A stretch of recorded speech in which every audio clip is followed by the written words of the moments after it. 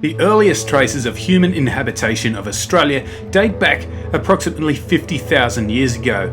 It was then that New Guinea and Tasmania were part of the one giant landmass. The first to arrive on the continent were a small-statured pygmy Aboriginal. Also known as the Barrineans, they were forced into retreat by the Murrayians, who arrived 20,000 years ago. Tribal warfare and interbreeding almost extinguished the Barrineans from existence, and the Murrayians, with their wavy hair, comparatively light skin and extra body hair, proliferated east coast and southwest of the continent before 15,000 years ago the Carpentarians arrived. Straight-haired with darker skin and less body hair, they had more advanced stone tools and weaponry. When the sea levels rose around 10,000 years ago, the remaining peoples were left stranded. Isolated for thousands of years, Aboriginal tribal life has little changed.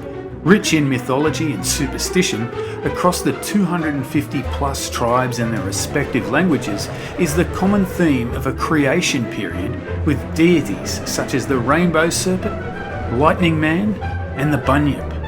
Spiritually, the majority of tribes have a belief in ancestral beings, with ancestors returning in the form of animals, plants, or humans. But this was no Garden of Eden. Life was particularly tough for women and children. Girls often married off to adult men at the age of 9 or 10. Boys forced to undertake cruel initiation experiences, including mutilation of the back, tooth extraction, abhorrent circumcision practices, not to mention the introcision. With the continent isolated, the only means of contact with the outside world was via sea. Due to geographical detachment, the disparate tribes and races of Aboriginal people had not developed sufficient seafaring technology to communicate with the wider world. Leap forward to 1600 years after the birth of Christ, and Europeans would finally stumble upon the mythologized Great Southern Land. It's now 1605, and the Dutch East India Company, already having forged strong trade ties with the people of Indonesia, tasked Willem Janszoon with exploring new land and resources in New Guinea. In early 1606, the ship mistakenly landed on the west coast of North Queensland. Sadly, the Dutch would lose 9 crewmen in what could be described as a merciless race-inspired killing of the curious visitors. In their rushed departure, the Dutch were of the false belief that they had simply met with an extended south coast of New Guinea. It wasn't until the 1620s that official maps marked the existence of New Holland. In the 1640s, another Dutch seaman, Abel Tasman, would discover Van Diemen's Land and part of New Zealand, but amazingly, he and his crew did not sight the east coast of mainland Australia.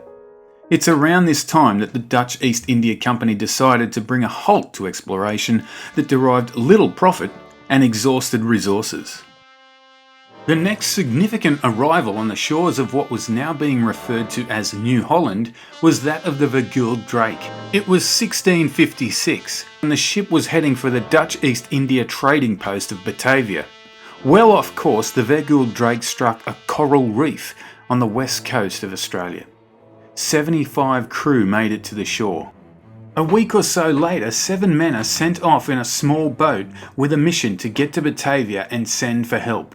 Remarkably, the small boat arrives after 41 days at sea.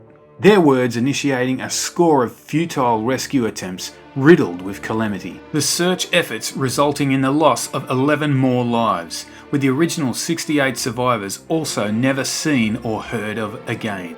Their fate remains a mystery. The next prominent arrival on the continent was that of English buccaneer William Dampier. In 1688, Dampier made an ad hoc landing around King Sound in the north of Australia. A decade later, the English Admiralty commissioned Dampier, and in August 1699 he touched down at Shark Bay in Western Australia, before charting the west coast. Seeing very little of promise, it would be decades before the English returned. In 1705, the Dutch are back again and mapped the Top End's Tiwi Islands. Over a period of about 3 months, the Dutch under Commander Van Delft have extensive contact with local tribes and make various observations. Sadly, the encounter ends in bitter circumstances, with Tiwi Islanders attacking 2 of the Dutch sailors, leaving the visitors with a negative impression of the Tiwi as full of treachery. Other significant arrivals on the continent include the Zuytdorp in 1712. Another Dutch East India vessel, the Zuytdorp was wrecked on the north coast of Western Australia, with an estimated 200 crew members never seen again. In 1756, the Dutch arrived again, with Gonzalo and Van Ations sailing around the Gulf of Carpentarians, and despite extensive contact with Aboriginal tribes, they were unable to make meaningful relations. Then in 1768, there was Louis Anton de Bougainville of France. Sailing from the west on an exploratory journey, he almost discovers the east coast of Australia, only to be scared off by heavy breakers around the Great Barrier Reef. During the 1700s, the Maccassans of Indonesia also made irregular visits to the top end of New Holland. It was there that they pilfered the coast for trepang that was popular in China. But still so little was known of the continent, with no definite geography determined. It was not until 1768 that the English, amidst the backdrop of rising tensions in their American colonies, some 14,000 plus kilometres away, would send Lieutenant James Cook and his crew on a journey to the Pacific to observe the transit of Venus, thereby answering many of the navigational quandaries that perplexed the world's explorers. Cook had additional instructions to sail south of Tahiti, from where he observed the transit of Venus, until a latitude of 40 in order to find land of great extent, if not having found evident sign of it, to proceed westward until striking it, or the land discovered by Tasman known as New Zealand. April 20th, 1770. Cook and the crew of Endeavour are the first people to spot land at the southern tip of mainland Australia. Making headway north, it's April 29th when they lay anchor at Botany Bay, just south of Sydney Harbour. There, they become the first people outside of the Aboriginal tribes to set foot on the east coast of Australia. Sadly, the local Eora tribespeople scatter, and despite presenting the 2 remaining men with gifts of beads and nails, a spear is hurled at Cook and the English. A week later, the Endeavour sets off after surveying the bay and reporting the local inhabitants as frustratingly unpredictable. They continue north, visiting the shore a number of times along the Queensland coast. But Cook and his crew were to be tested by the Great Barrier Reef when the ship ran aground in shallow water, the near-death experience forcing the pioneers to make landfall at Cooktown. Camping for 7 weeks whilst repairs were carried out on the Endeavour, the English would once again record unpredictable and xenophobic reactions from the Aboriginal tribe in the surrounding area.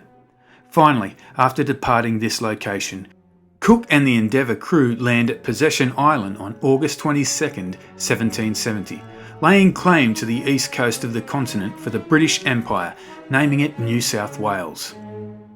The English would again visit Australia in 1773 and 1775, courtesy of the pioneering spirit of Captain James Cook. The killing of the great navigator in 1779 and a lack of budget finances stemming from a loss in the American Revolutionary War halted any immediate plans. But England's growing prison population presented a problem that the Great Southern Land could solve.